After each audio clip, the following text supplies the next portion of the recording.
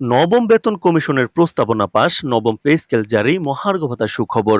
তো দর্শক, বাংলাদেশ প্রতিদিন পত্রিকায় প্রকাশিত আজকে সরকারি চাকরিজীবীদের জন্য খুবই গুরুত্বপূর্ণ একটি প্রতিবেদন না টেনে শেষ পর্যন্ত দেখুন এবং ভিডিওর শুরুতেই চ্যানেলটি সাবস্ক্রাইব করে রাখুন।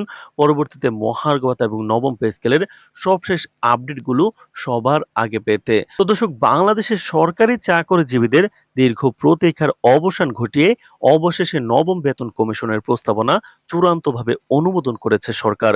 অর্থ মন্ত্রণালয় থেকে আনুষ্ঠানিকভাবে নবম পে স্কেল জারির গ্যাজেট প্রকাশ করা হয়েছে।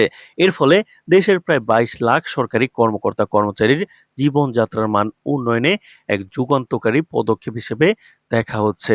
নতুন বেতন কাঠামো ২০২৫ এবং এতে শুধু বেতনই নয়, মহার্ঘ ভাতা সহ অন্যান্য ভাতারও বড় পরিবর্তন আনা হয়েছে। নতুন কাঠামোতে ১২টি গ্রেডে বেতন পুনর্নির্ধারণ করা হয়েছে, যেখানে সর্বনিম্ন গ্রেডের বেতন বাড়ছে গড়ে ৪০% এবং উচ্চ গ্রেডে বৃদ্ধি হচ্ছে আরো বেশি হারে। দীর্ঘদিনের দাবির প্রেক্ষিতে মহার্ঘ ভাতা বাড়িয়ে দেওয়া হয়েছে ৪০% পর্যন্ত, যা কর্মচারীদের জন্য সবচেয়ে বড় সুখবর হিসেবে দেখা হচ্ছে। শুধু তাই নয়, বাড়ি ভাড়া ভাতা, উৎসব ভাতা, চিকিৎসা ভাতা এবং পেনশন সুবিধাতেও উল্লেখযোগ্য পরিবর্তন আনা হয়েছে। ৩টি টাইম স্কেল সুবিধা পুনরায় চালু করা হয়েছে, যা দীর্ঘ সময় চাকরিতে থাকা কর্মকর্তাদের জন্য বাড়তি স্বস্তি বয়ে আনবে। তো দর্শক, প্রধান উপদেষ্টা ডক্টর ইউনূস বলেছেন, সরকারি কর্মচারীদের আর্থিক নিরাপত্তা নিশ্চিত না করলে দেশের সার্বিক উন্নয়ন ব্যাহত হবে।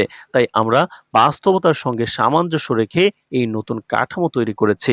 অর্থ মন্ত্রণালয়ের কর্মকর্তারা জানান, নতুন পে স্কেল বাস্তবায়নের ফলে সরকারকে বছরে প্রায় ৬০,০০০ কোটি টাকা অতিরিক্ত ব্যয় বহন করতে হবে। তো দর্শক, ভিডিওটির এই মুহূর্ত পর্যন্ত যারা দেখছেন, অবশ্যই চ্যানেলটি সাবস্ক্রাইব করে রাখুন পরবর্তীতে মহার্ঘ ভাতা এবং নবম পে স্কেলের সবশেষ আপডেটগুলো সবার আগে পেতে। তো দর্শক, তবে তারা আশাবাদী যে কর্মচারীদের ক্রয় ক্ষমতা বাড়ার কারণে অভ্যন্তরীণ বাজারে চাহিদা বাড়বে এবং অর্থনীতি আরো গতিশীল হবে। এই সিদ্ধান্ত ঘোষণার সঙ্গে সঙ্গে বাংলাদেশের সরকারি অফিস আদালত ও শিক্ষা প্রতিষ্ঠানে আনন্দের ঢেউ ছড়িয়ে পড়েছে। অনেক কর্মচারী বলছেন যে দ্রব্যমূল্যের ঊর্ধ্বগতির কারণে এতদিন সংসার চালাতে হিমশিম খেতে হচ্ছিল, কিন্তু নতুন কাঠামো কার্যকর হলে সেই চাপ অনেকটাই কমে আসবে। অর্থনীতিবিদরা মনে করছেন, এই সিদ্ধান্ত দেশের প্রায় ৪ কোটি মানুষের জীবনে সরাসরি প্রভাব ফেলবে, কারণ সরকারি চাকরিজীবীদের পরিবার, নির্ভরশীল ব্যক্তি এবং তাদের ভোক্তা ব্যয় দেশের অর্থনীতিতে বড় অবদান রাখে। বিশেষজ্ঞদের মতে, নির্বাচনের আগে এই ঘোষণা সরকারকে রাজনৈতিকভাবেও শক্ত অবস্থানে রাখবে। তবে তারা সতর্ক করে বলেছেন, বাড়তি ব্যয় মেটাতে রাজস্ব আহরণ বাড়াতে হবে এবং বাজেট ব্যবস্থাপনায় সতর্কতা অবলম্বন করতে হবে। না হলে মূল্যস্ফীতি নিয়ন্ত্রণে রাখতে কঠিন পরিস্থিতির মুখোমুখি হতে পারে সরকারের। তা সত্ত্বেও নতুন পে স্কেলকে বাংলাদেশের অর্থনৈতিক ইতিহাসে একটি গুরুত্বপূর্ণ মাইলফলক হিসেবে দেখা হচ্ছে। সর্বোপরি, নবম পে স্কেল জারি ও মহার্ঘ ভাতা বৃদ্ধির এই সিদ্ধান্তকে সাধারণ সরকারি চাকরিজীবীরা বছরের সবচেয়ে বড় সুখবর হিসেবে বরণ করে নিয়েছেন। বাস্তবায়ন শুরু হলে দেশের চাকরিজীবী সমাজে নতুন উদ্দীপনা তৈরি হবে এবং এটি অর্থনীতির চাকায় নতুন গতি সঞ্চার করবে বলে আশাবাদ ব্যক্ত করেছেন সবাই। তো দর্শক, ভিডিওটির এই মুহূর্ত পর্যন্ত এসে এখন পর্যন্ত যারা চ্যানেলটি সাবস্ক্রাইব করেননি, পরবর্তীতে মহার্ঘ ভাতা এবং নবম পে স্কেলের সবশেষ আপডেট সবার আগে পেতে চ্যানেলটি সাবস্ক্রাইব করে রাখুন। তো দর্শক, দীর্ঘদিন ধরে বেতন বৃদ্ধির অপেক্ষায় থাকা কর্মচারীরা এই মুহূর্তকে অপেক্ষিত স্বপ্নের পূর্ণতা হিসেবে অবহিত করেছেন।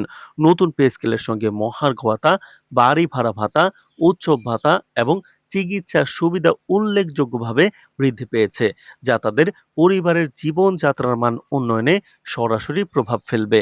বিশেষজ্ঞরা মনে করছেন, এই সিদ্ধান্ত শুধু সরকারি কর্মচারীদের আর্থিক নিরাপত্তা বাড়াবে না, বরং দেশের অভ্যন্তরীণ বাজারে ক্রয় ক্ষমতা বৃদ্ধির মাধ্যমে সামগ্রিক অর্থনীতিতেও ইতিবাচক প্রভাব ফেলবে। সরকারের পক্ষ থেকে জানানো হয়েছে, নতুন কাঠামোর মাধ্যমে দীর্ঘমেয়াদী পরিকল্পনার সঙ্গে সামঞ্জস্য রেখে বেতন ও ভাতার সমন্বয় করা হয়েছে, যা চাকরিজীবীদের দীর্ঘমেয়াদী স্বার্থের প্রতিফলন।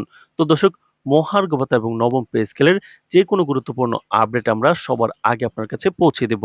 তাই চ্যানেলটি সাবস্ক্রাইব করে পাশেই থাকুন। আজ এই পর্যন্তই। ধন্যবাদ।